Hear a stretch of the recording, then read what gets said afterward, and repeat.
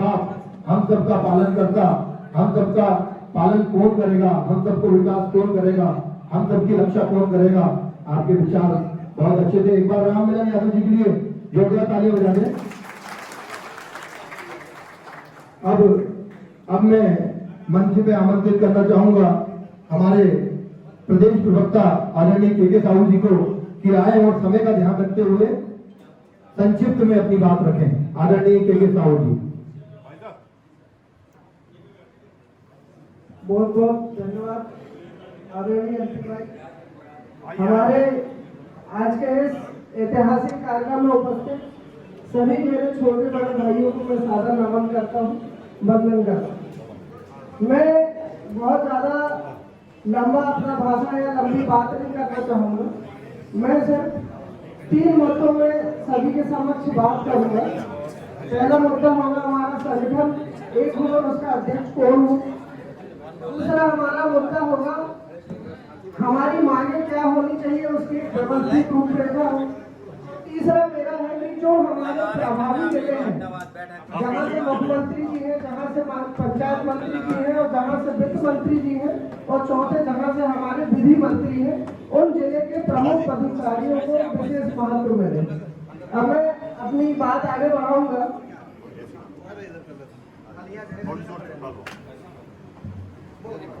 जैसे पहला हमारा मुद्दा है कि हमारे जो संगठन आज की स्थिति में हम लोग जो देश बना पाए उस हिसाब से 6 या 7 है। उसमें से राम मिलन जी हमारे बीच में उपस्थित है, शर्मा जी हैं, अन्य और 4-5 हैं। हम इनका निराकरण कैसे करें, हमारा एक संगठन एक अध्यक्ष कैसा हो, इस विषय में मैं सभी के समक्ष स्पष्ट तौर पे कहना चाहता हूँ कि सभी को ऐसे बैठ के हम अध्यक्ष तय न करें।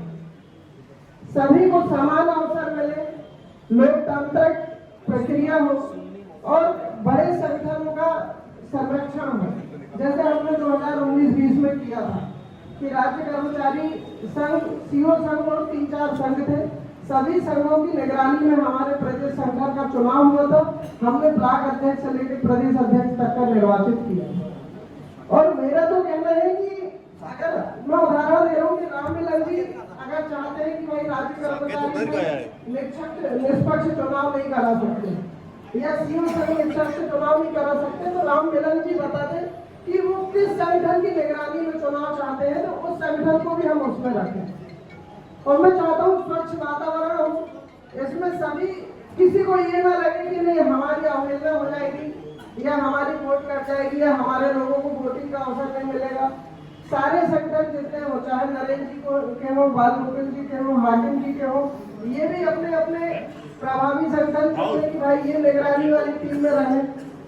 ये और मेरा एक आग्रह है, जैसा चल रहा है कि चाहे कोई हो, चाहे आज वर्तमान अध्यक्ष हो, चाहे भविष्य में किसी की लालसा हो, हमारा कोई भी पंचायत सचिव निर्वाचन में भाग ले और वो प्रदेश अध्यक्ष का, ब्लॉक अध्यक्ष का, जिला अध्यक्ष का, संभाग अध्यक्ष का चुनाव लड़ सके। जो जीतेगा वो सिकंदर, वो हमारा प्रदेश अध्यक्ष।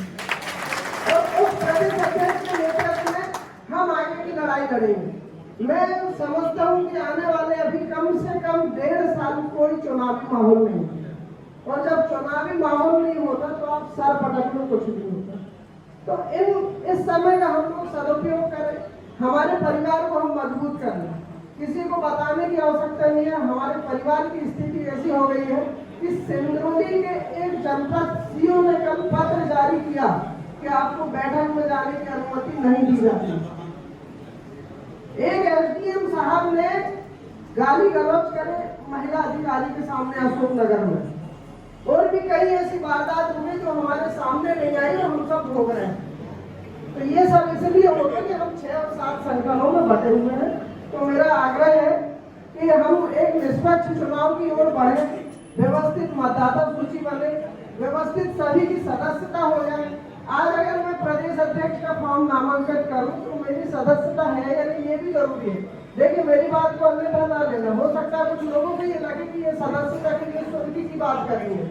पंचायत सचिव कितने शुल्क कहाँ दे रहा है मुझे बताने की आवश्यकता नहीं है, और कितना दे रहा है ये भी मुझे बताने की। भाई साहब हर 3 महीने में ऑडिट हो रहा है आपके, हर कोई अपनी अपनी स्थिति जान रहा है, समझ रहा है, लेकिन सिर्फ संगठन की बात आती है तो हम रोना चालू कर देते हैं। तो मैं पहला जो मेरा बिंदु था, एक संगठन एक अध्यक्ष, उस विषय में मैंने अपना मत रखा कि भाई व्यवस्थित निर्वाचन हो, मतदाता सूची हो, व्यवस्थित निगरानी हो और व्यवस्थित जो है सभी को शांत स्वच्छ वातावरण मिले। मैं कह रहा हूँ हमारा कोई पंचायत सचिव अगर 80 साल का है और वो कभी रहा है और वो लड़ना चाहता है तो हमें कोई दिक्कत नहीं होना चाहिए। मध्य प्रदेश में मैं ऐसे 20 संगठन गिना दूंगा जिनके अध्यक्ष कोई वकील है, कोई इंजीनियर है, कोई अन्य जो राजनीतिक व्यक्ति है और वो उनके हित में काम कर रहा है। पेंशनर्स एसोसिएशन की बात कर लो, आज धीरज खोगल के कम से कम 78 साल के हैं, लेकिन उनकी लड़ाई में 1 इंच कोई अंतर नहीं है। हमारे जितेंद्र भाई साहब सालों से चला रहे हैं। सीओ संघ के प्रदेश अध्यक्ष भूपेश जी रहे हैं, हालांकि वो व्यस्त हो गए, उन्होंने स्वयं से अपना पद छोड़ा, अन्य जगह अच्छी जगह वो है। तो भाई ऐसे लोग चला रहे हैं। तो मेरा कहना सिर्फ ये है, ऐसा ना हो कि हम नियम कंडी का लगा के किसी को छोड़ दें और फिर वो 4 जिले लेके अलग बैठ जाए।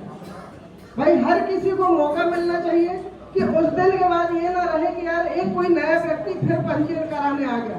भाई साहब, पंजीयन कराने की प्रक्रिया इतनी आसान है कि आप ऑनलाइन आवेदन करो, आपको सिर्फ 7 लोग चाहिए, 7 में भी 6 के साइन फर्जी है तो चला जाए और 3-3.5 हजार रुपए में संगठन का पंजीयन हो जाता है। तो प्रदेश अध्यक्ष बनाना, कुर्सी लगाना कोई बड़ी चीज नहीं है। रही चीज ये है कि हमारे लोग कहते हैं यार ये 4 संगठन है, चारों आपस में चुना के एक क्यों नहीं हो जाते। तो मैं एक बोलना तो नहीं चाहिए मंच में, पर मैं बोल रहा हूँ कि चाहे समाजवादी पार्टी हो, चाहे ओबीसी हो, चाहे कांग्रेस पार्टी हो, चाहे अन्य पार्टी हो, सारे लोग एक ही व्यक्ति से लड़ने के लिए अलग अलग संगठन और पार्टी बनाए बैठे। जब इनकी सोच एक सी है तो ये एक पार्टी में क्यों नहीं आ जाते। सिर्फ इसलिए नहीं आ जाते कि किसी 2 सीट वाले को भी प्रधानमंत्री बनने का मौका मिल सकता है। सब पद की लालसा है, उसी की लड़ाई सब लड़ रहे हैं और आज हमने जो अलग जगाई उसका परिणाम है कि सारे लोग यहाँ पर बैठे हुए हैं। तो निर्वाचन हो। दूसरा विषय मेरा है संगठन की मांगों का निर्धारण। मैं मंच, सम्मानी मंच, प्रबंध समिति अध्यक्ष जी सभी से कहूंगा कि आज हम चुनाव करा के अध्यक्ष तो नहीं बना सकते, लेकिन हम एक चीज जरूर डिसाइड कर सकते हैं कि कौन सी मांग हमारी शासन से पूरी होगी और कौन सी मांग हम कोर्ट से पूरी होगी। हो रहा है कि जो शासन से होना चाहिए हम उसके लिए कोर्ट जा रहे हैं और जो कोर्ट से होना चाहिए उसके लिए हम मुख्यमंत्री जी को ज्ञापन दे रहे हैं। मैं आप सबसे पूछना चाहता हूँ, एक सिंगल मांग कौन सी है जो आप लोग चाहते हैं कि उसकी पूर्ति 2028 के पहले हो जाए। एकमात्र मांग है भाई साहब जो सारे लोग चाहते हैं कि विभाग में संविलियन हो जाए। और मैं सभी को कह रहा हूँ कोई बड़ी चीज नहीं है। 2019 में वचन पत्र में वो मांग हमारी थी, विधानसभा प्रश्नों के उत्तर के जवाब में भी थी, 2021 में भी थी, 22 में भी थी और किन्हीं कारणों से उसकी पूर्ति नहीं हो पाई। और उसका भले ही इनडायरेक्ट डायरेक्ट कारण कोई ना हो, मुख्य कारण हमारी आपसी फूट है जिसके कारण हमें वो चीज नहीं मिल पाई और उसमें हम अध्यापकों में कम से कम 10 साल पीछे। तो विभाग में संविलियन शासन स्तर की मांग है, शासन से इसकी पूर्ति होगी तो हम शासन से सिंगल मांग की लड़ाई लड़ें। दूसरी मांग हमारी शासन से जो है वो ये है कि समय मान और अन्य छोटे मोटे जो आदेश है इनका हम संलग्न मांगों में हम जिक्र करें। ऐसा हमारा एक निर्धारित मांग पत्र तैयार हो जाए जिसपे हम मांग पूर्ति तक, जब तक पूर्ति ना हो जाए, जैसे देश की आजादी की लड़ाई जब तक मिल नहीं गई सिंगल एक चीज में हमारे भूतपूर्व लोग लड़ते रहे, इसीलिए हम एक मांग हमारी तय करें और उस पर आगे बढ़े। मैं मांगों पे आगे बढ़ूंगा। हमारी अन्य जो विषय है हमारा वो है कोर्ट से जुड़ा। हमने 2017 में शर्मा जी के नेतृत्व में माननीय उच्च न्यायालय में एक पिटीशन लगाई थी जिसका पिटीशन नंबर है 14341 और उसमें ये था, हमने तब लगाई थी जब सम्मानीय जोलानिया जी ने हमारी वेतन कम कर दी। और वेतन कम क्यों हुई थी? उनने हमारी सेवा की गणना 95 से ना करके 2008 से कर दी थी। हमने ये पिटीशन लगाई, हम लोग जबलपुर में बैठे, आदरणीय पाठक जी वगैरह सब लोग थे, वहां हमने तय किया, हमारे पिटीशनर तय किया भाई साहब ने मुझे और मनीष मिश्रा जी को जिम्मेदारी दी है। हालांकि मैं पिटिशनर नहीं था, मेरी उम्र भी नहीं थी, मेरी नौकरी 2008 की थी, मैं पिटिशनर हो भी नहीं सकता था। और हमने उस केस को लड़ा। बड़े बड़े वकील जो हो सकते थे, उन वकीलों ने केस को लड़ा और हम केस को हम जीते। और सम्मानीय उच्च न्यायालय ने उस ऑर्डर में कहा कि जिस भी तारीख से इनने पंचायत सचिव का काम किया हो, चाहे वो पंचायत कर्मी के रूप में किया हो, पंचायत सचिव के रूप में किया हो, संविदा रूप में किया हो, जिस भी रूप में इनने काम किया है, जिस दिन से काम किया उस दिन से उसकी सेवा मानी है। मेरे ख्याल से ये ऐतिहासिक बड़ा आदेश था जो हमें मिला। उस आदेश में सरकार ने स्टे ले लिया है। पुनः हमें किसी वरिष्ठ वकील को लड़ा के, मतलब मैं ऐसे वकील नहीं जो हमारे ट्रांसफर में स्टे करा देते, हमें किसी डबल बेंच के बड़े वकील को लगा के उस केस की लड़ाई लड़नी पड़ेगी। कोई बड़ी बात नहीं, अगर वो केस हम जीत जाते हैं, डबल बेंच में भी निर्णय होता है, तो हमारे 95 वाले सारे सचिवों को उनकी सेवा भी मिलेगी, पेंशन भी मिलेगी और वेतन भी पर्याप्त मिलेगा। और आप रिटायर हो गए उनको भी ये सही मिलेगा, जो नहीं है उनको भी सम्मान मिल जाएगा।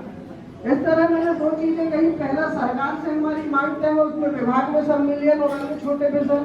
दूसरा, कोर्ट की हमारी लड़ाई। मैं भाई साहब से निवेदन करूंगा, इसके लिए अलग अलग टीम आप बना दे, गठित कर दे।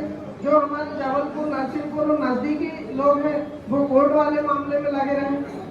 तीसरा मेरा विषय है कि जो हमारे प्रभावी जिले, मैं प्रभावी इसलिए कह रहा हूँ भाई साहब कि ये आपका ही मंत्र था। आपने सीहोर जिले के लोगों को विशेष जिम्मेदारी दी थी 2016 में। आपने सागर जिले में हमारे जगन्नाथ जी और गढ़ाकोटा से राकेश शुक्ला जी को विशेष जिम्मेदारी दी थी। और सीहोर से हमारे मुख्यमंत्री जी थे, सागर से हमारे पंचायत मंत्री जी थे, वित्त मंत्री जी के क्षेत्र से आपने जिम्मेदारी दी थी, और विधि मंत्री जी दतिया से हमारे नरोत्तम मिश्रा जी थी, उनके क्षेत्र से भी आपने जिम्मेदारी दी। मेरा आग्रह है कि जो हमारे मुख्यमंत्री जी के क्षेत्र के सचिव हैं, आप उनको मुख्यमंत्री जी के पीछे लगा दीजिए। जो हमारे पंचायत मंत्री जी के क्षेत्र के जिम्मेदार सचिव हैं, उनको आप मंत्री जी के पीछे लगा दीजिए। और जो हमारे विधि मंत्री जी के क्षेत्र के हैं, उनको विधि मंत्री जी के पीछे लगा दीजिए। मैं आपको बताना चाहता हूँ भाई साहब, आज कम से कम 90 से 100 सचिव हमारे पंचायत मंत्री जी के क्षेत्र से हमारे पाठक जी और राजेश उदानिया जी के नेतृत्व में आए हैं। हमारे राजेश पटेल जी, चिंचली ब्लॉक के अध्यक्ष हमारे नीलेश गौरव जी और बहुत सारे लोग आए, मैं नाम नहीं गिना सकता आपको। सब चाहते हैं कि भाई हम अपनी लड़ाई को तेज करें, व्यवस्थित करें। इतना कह के मैं अपना स्थान ग्रहण करूंगा। बस मैं अंत में ये कहूंगा कि हमारे बीच में पाठक जी हैं, उदयनीय जी हैं, कम से कम आप एक बड़ा नाम ऐसा तय कर दें कि जिनके नेतृत्व में हम पंचायत मंत्री घर में कभी भी घुस जाए। धन्यवाद।